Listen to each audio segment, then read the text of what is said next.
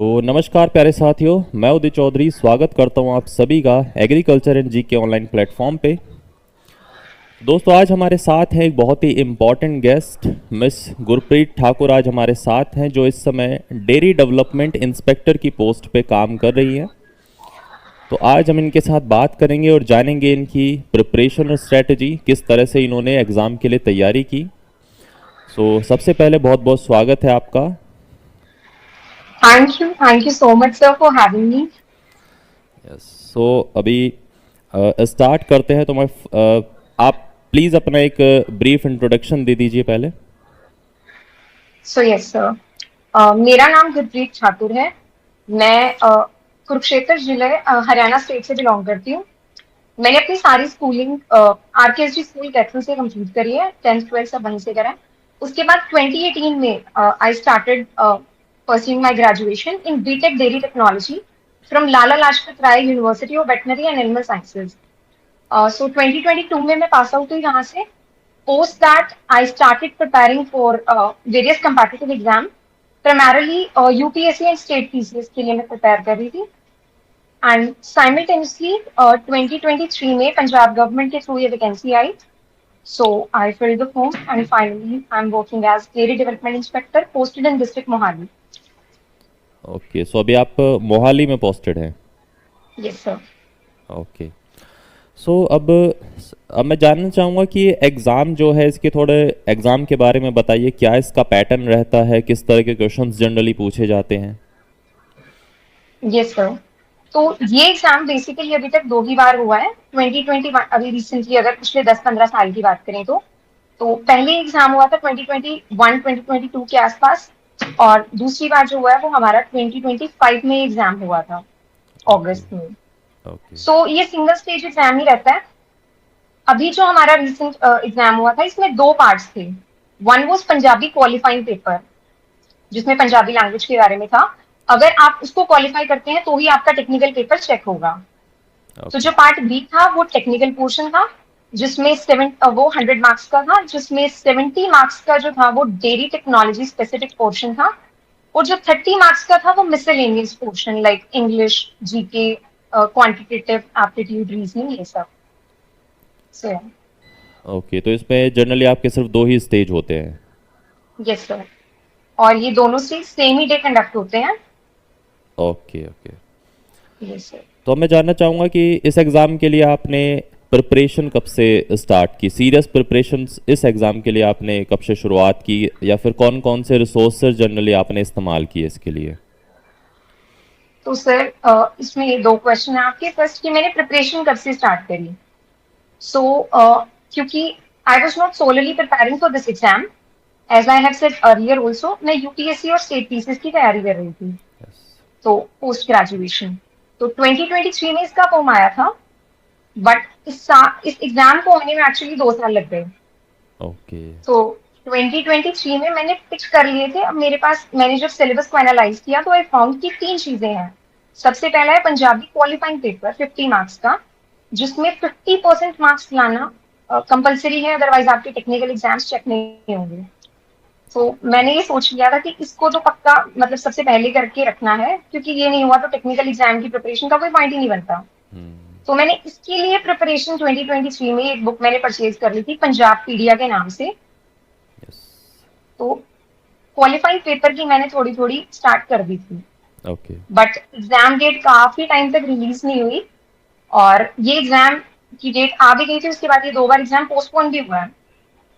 Okay. सो पहली exam दिसंबर 2024 में होना था, तो उसके लिए I prepared for 2 months dedicatedly, November and December. उसमें मैंने मेजरली सारा पोर्शन कंप्लीट कर लिया था, और 2 दिन पहले ही हमें पता लगा था कि एग्जाम पोस्टपोन हो गया। तो उसके बाद फाइनली एग्जाम हुआ है 10 अगस्त 2025 में। तो उसके लिए फिर से 30 डेज का टाइम हमें मिल गया था, क्योंकि 30 डेज पहले एग्जाम डेट अनाउंस हुई थी। तो इन टोटल मैंने 3 मंथ्स इस एग्जाम को दिए हैं। 2 मंथ्स पहले, और उसके बाद जब दोबारा डेट आई थी तो 30 डेज उसके बाद। ओके। इस बीच में आपने कोई और एग्ज़ाम भी जैसे अटेम्प्ट किया हो या दिया हो, लाइक सेंट्रल गवर्नमेंट का कोई एग्ज़ाम या फिर स्टेट गवर्नमेंट का कोई और एग्ज़ाम? तो डेयरी रिलेटेड तो मैंने सिर्फ यही एग्जाम दिया है sir. HPSC food safety officer का मैंने फिल किया था फॉर्म, बट वो एग्जाम उसके बाद विड्रॉ हो गई थी वो वैकेंसीज। तो डेयरी रिलेटेड यही दिया है, but simultaneously I was preparing like इस दौरान मैंने 2 यूपीएससी के अटेम्प्ट, 2 स्टेट पीसीएस के मेंस मैंने लिखे हैं। यस। इसके अलावा ईपीएफओ असिस्टेंट कमिश्नर, तो ये सब एग्जाम्स मैंने दिए हैं, बट टेक्निकल एग्जाम सिर्फ यही मैंने दिया है फर्स्ट। ओके। सो जनरली कौन कौन सी बुक्स ऐसी थी जो आपने पढ़ी हैं, लाइक आपने उसके बारे में बताया कि पंजाब जो पंजाब का सेक्शन आता है उसके लिए आपने एक बुक परचेज की, बाकी डेयरी टेक्नोलॉजी है और लाइक अदर जो आपने मिसलेनियस टॉपिक्स बताए उसके लिए आपने यस कौन सी सर। बुक्स या फिर रिसोर्सेज इस्तेमाल किए? सो 3 चीजें थी सर। सबसे पहला Punjabi qualifying, I have told earlier also, for that I referred Punjab pedia की बुक, यस। और उसको 2-3 बार मैंने अच्छे से पढ़ लिया था। वहां से मेरा इंश्योर हो गया था कि मैं क्वालिफाई कर लूंगी। तो 50 में से 50% मार्क्स चाहिए थे, यानी कि 25 आई नीड टू सिक्योर, और मेरा उस बुक से हो गया था। उसके बाद सेकंड थिंग थी मिसलेनियस वाला पोर्शन। तो ये मैंने पहले ही स्ट्रेटेजाइज करके रखा था कि मिसलेनियस पोर्शन पे मैं टाइम खराब नहीं करूंगी, क्योंकि इसका आरओआई बहुत कम है। लाइक 5 नंबर की इंग्लिश आनी है, 5 का मैथ रीजनिंग आना है, उसके लिए आपको पढ़ना बहुत सारा पड़ेगा। यस। तो इसको मैंने कंप्लीटली स्किप कर दिया था। लेकिन ये एडवाइजेबल नहीं है बाकियों को, क्योंकि मैं यूपीएससी की तैयारी करती थी, तो मेरा 10 मार्क्स का जीके, इंग्लिश क्योंकि रेगुलरली न्यूज़पेपर में पढ़ रही थी, और मैथ रीजनिंग क्योंकि सी सैट कर रखा था। तो डेडिकेटेडली इसके लिए मिसलेनियस के लिए कुछ नहीं करा। तो यूपीएससी और पीसीएस के बैकग्राउंड से मिसलेनियस वाला डन हो गया। ओके। तो थर्ड चीज जो सबसे इंपॉर्टेंट थी वो थी डेटा टेक्नोलॉजी। अब यहाँ से आपको मैक्सिमम स्कोर करना पड़ेगा। तो इसके लिए हमारे 5 मेजर सब्जेक्ट्स ग्रुप होते हैं: dairy technology, dairy microbiology, dairy chemistry, dairy engineering and dairy business management. So graduation में तो इन टोटल सम 50 के अराउंड कोर्सेज थे, बट जब सिलेबस आया डेयरी डेवलपमेंट इंस्पेक्टर का, तो उसमें 24 कोर्सेज मेंशन थे। तो यहाँ पे ये चीज इंपॉर्टेंट है कि you need to be very specific to the syllabus. अब वो सारे ग्रेजुएशन के 50 कोर्सेज करने की नीड नहीं है, क्योंकि इसमें सिर्फ 24 कोर्सेज ही मेंशन थे। तो मैंने उन 24 कोर्सेज को इंश्योर करा कि उनको मैं कंप्लीट करूँ। So for that, regarding book list, सबसे पहली तो Sukumar De, bible for all the BTech dairy technology graduates. That तो has to be done like by heart. तो उसको तो I read it multiple times. So Sukumar De. उसके बाद second source that I referred was ICR के कोर्सेज अवेलेबल है सब topics के लिए। तो ओके। जो भी टॉपिक्स मेरे बच गए थे, उनको मैंने वहीं से करा है। पर उनको बहुत सिलेक्टिवली पढ़ना है, क्योंकि ऑब्जेक्टिव बेस्ड एग्जाम है। तो यस। वहां से मैंने नोट्स बना लिए थे ऑब्जेक्टिव स्पेसिफिक। ओके। तीसरा जो सोर्स मैंने रेफर करा था ग्रेजुएशन टाइम की, कुछ पीपीटीज होती हैं जिनके थ्रू प्रोफेसर पढ़ाते थे। यस। तो कुछ चीजों के लिए मैंने उसको रेफर करा। फिर fourth thing that I referred was FSSAI standards की जो लेटेस्ट पीडीएफ थी। वहां से मैंने सारे मिल्क और मिल्क प्रोडक्ट्स के स्टैंडर्ड्स अच्छे से मेमोराइज कर लिए, क्योंकि डायरेक्ट क्वेश्चन देखने को मिलते हैं स्टैंडर्ड से। और उसके बाद एक बुक मैंने रेफर करी थी एमसीक्यूज के लिए। ओके। वो नेट जेआरएफ की कोई बुक है, जया पब्लिकेशन की, अनामिका दास शायद उसकी ऑथर है। तो उसमें 1500 सम क्वेश्चंस थे। So that I attempted rigorously. So yeah this was the book list that I referred. Okay. So अब रिजल्ट के टाइम पर कैसा माहौल था, लाइक कैसी फीलिंग थी आपकी आपकी फैमिली की जब रिजल्ट का अनाउंसमेंट हुआ? एक्चुअली मेरी पहली गवर्नमेंट जॉब ही है, तो डेफिनेटली सब बहुत बहुत खुश थे। 17 सितंबर को रिजल्ट आया था, और उस टाइम पे ऐसे मेरिट लिस्ट नहीं आई थी। इट वाज लाइक सभी के मार्क्स ऐसे पब्लिक कर दिए गए थे पीडीएफ के थ्रू। तो ओके। उसको एक्सेल में डाल के पर मुझे पता लग गया था कि मेरी रैंक 1 है। ओके। तो डेफिनेटली बहुत अच्छी फीलिंग थी। uh, उस दिन मुझे श्योर हो गया था। एक्चुअली मेरिट लिस्ट तो 3-4 महीने बाद आई है, बट हाँ मुझे श्योर हो गया था कि सिलेक्शन हो गया। ओके। सो अभी के टाइम पर लाइक किस तरह का आपकी वर्क प्रोफाइल रहती है, किस तरह की आपकी ड्यूटीज़ है जो आपको यहाँ पर परफॉर्म करनी पड़ती हैं? सो यस सर, तो अभी I am working as dairy development inspector grade 2। Okay. तो it's a field cum office job. बहुत सारी पंजाब गवर्नमेंट की डेयरी रिलेटेड स्कीम्स हैं जिनकी इम्प्लीमेंटेशन के लिए इंस्पेक्टर्स रिस्पॉन्सिबल होते हैं। टू नेम अ फ्यू, जैसे हम milk consumer awareness camps organise कराते हैं, milk producers awareness camps organise कराते हैं। फिर पंजाब गवर्नमेंट की कुछ स्कीम्स हैं like DD8 and DD10 schemes, जिनके थ्रू हम डेयरी फार्म के लिए लॉन स्पॉन्सर करते हैं, और पंजाब गवर्नमेंट सब्सिडी प्रोवाइड करती है, like 25% for general category and 33% for SC category. Okay. और अभी रिसेंटली कुछ टाइम टू टाइम और भी स्कीम्स लॉन्च होती रहती हैं। जैसे भी रिसेंटली पंजाब गवर्नमेंट ने समर में मिल्क एडल्ट्रेशन को टैकल करने के लिए अभी शुद्ध दूध तंदुरुस्त पंजाब नाम की एक स्कीम लॉन्च करी है। तो जिसके तहत हम सिंस 1 अप्रैल 6000 मिल्क सैंपल्स अक्रॉस पंजाब हम टेस्ट कर चुके हैं। सो इस तरह की प्रोफाइल रहती है। ओके, सो इसमें लाइक वर्क लाइफ बैलेंस किस तरह का रहता है? हैक्टिक जॉब है या फिर सही एकदम रहता है, चिल माहौल है? नहीं सर, मतलब अपनी ड्यूटीज को डेफिनेटली अगर फुलफिल करना है तो वही 9 to 5 जॉब है। 9 से पहले आप फ्री हैं, 5 के बाद आप फ्री हैं। बाकी अपना लंच टाइम वो फ्री होता है। यस। बाकी खुद पे भी डिपेंड करता है कि हम कितना कंट्रीब्यूट करना चाहते हैं। और सेकेंडली इसमें एक चीज है कि it's a target based job, तो मोस्टली हर गवर्नमेंट सेक्टर में अपनी टारगेट वाली चीज तो आ ही गई है यस। कि इतने camps you have to organise या इतने loan you have to sponsor. तो ये पीछे से हेड ऑफिस वगैरह से आता है हमारे पास पूरा, so that you need to like fulfil. Okay, तो कभी ऐसा भी होता है कि लाइक 5 के बाद भी आप, मतलब 5 आपके बज गए हैं फिर भी आपको रुकना पड़ रहा है किसी काम की वजह से, या फिर जैसे काफ़ी सारी जॉब्स में काफ़ी काफ़ी देर तक भी आपको काम करना पड़ता है आपको, अगर काम रैप अप करना है सब कुछ तो? Yes sir. तो ऐसा मजबूरी तो कुछ नहीं होती कि 5 के बाद आपको रुकना ही है, you can go. But sometimes it so happen, अब कोई डेयरी फार्मर आया है, कोई मिल्क सैंपल टेस्टिंग के लिए आया है, लेट्स से वो 5 बजने से 5-7 मिनट पहले आया है, या कोई अपना लॉन्च स्पॉन्सर कराने आया है डेयरी फार्म एस्टेब्लिशमेंट के लिए, कोई सब्सिडी केस अपना फिल कराने आया है। अब उसमें आधा पौना घंटा लग जाना है। अब आपके पास ऑप्शन है कि वो 4:45 पे अगर आपके पास आया, या तो आप उसको बोलो कि कल वो दोबारा आए, या अगर आप डेडिकेटेड इनफ हैं और उसका बैठ के भर रहे हैं और आपको 6 बज जा रहे हैं, सो मतलब that is up to the person who is handling. So okay. हुए हैं ऐसे इंस्टेंसेस भी कि हाँ, क्योंकि फार्मर इतनी दूर से आता है तो नहीं ये चीजें ठीक लगती कि उसको दोबारा भेजें या कल बुलाएं या परसों बुलाएं, तो ऐसे केसेस में हम ऑफ टाइम भी कर लेते हैं, but usually it's a 9 to 5 job. Okay, तो अब मैं जानना चाहूँगा कि इस एग्ज़ाम के लिए जैसे आपने बताया कि लाइक 2 ही बार ये पेपर हुआ है, यस सर। तो इसमें जनरली आप उतना एनालाइज नहीं कर सकते कि प्रीवियस ईयर्स का क्या ट्रेंड है या फिर क्या पूछा जाएगा। तो फिर यस सर। इसको आपने मतलब किस तरह से मैनेज किया कि क्या पूछा जा सकता है, किस तरह से आपको किन पोर्शन पे ज़्यादा ध्यान देना चाहिए? So yes sir, actually I was also very much confused when I started preparing. तो सबसे पहले तो जो ऑप्शन अवेलेबल था वो 21-22 वाला पेपर उठाया। उस टाइम पे 120 नंबर का पेपर आता था, और जिसमें 90 डेयरी का पोर्शन आता था और 30 मार्क्स का मिसलेनियस आता था। तो 90 क्वेश्चन को रिगरसली सॉल्व करा। ओके। उसमें राइट ऑप्शन तो आपको करना ही है जब आपके पास लिमिटेड क्वेश्चंस हो। तो यस। एक और क्या अप्रोच होती है, जो रॉन्ग ऑप्शंस हैं उनको भी आपको अच्छे से एनालाइज करना है, और वहां से क्या क्वेश्चन पूछे जा सकते हैं वो भी आपको करने हैं। तो एक क्वेश्चन से आपको 4 टॉपिक प्रिपेयर करने हैं बेसिकली, अगर आपके पास लिमिटेड क्वेश्चन बैंक है।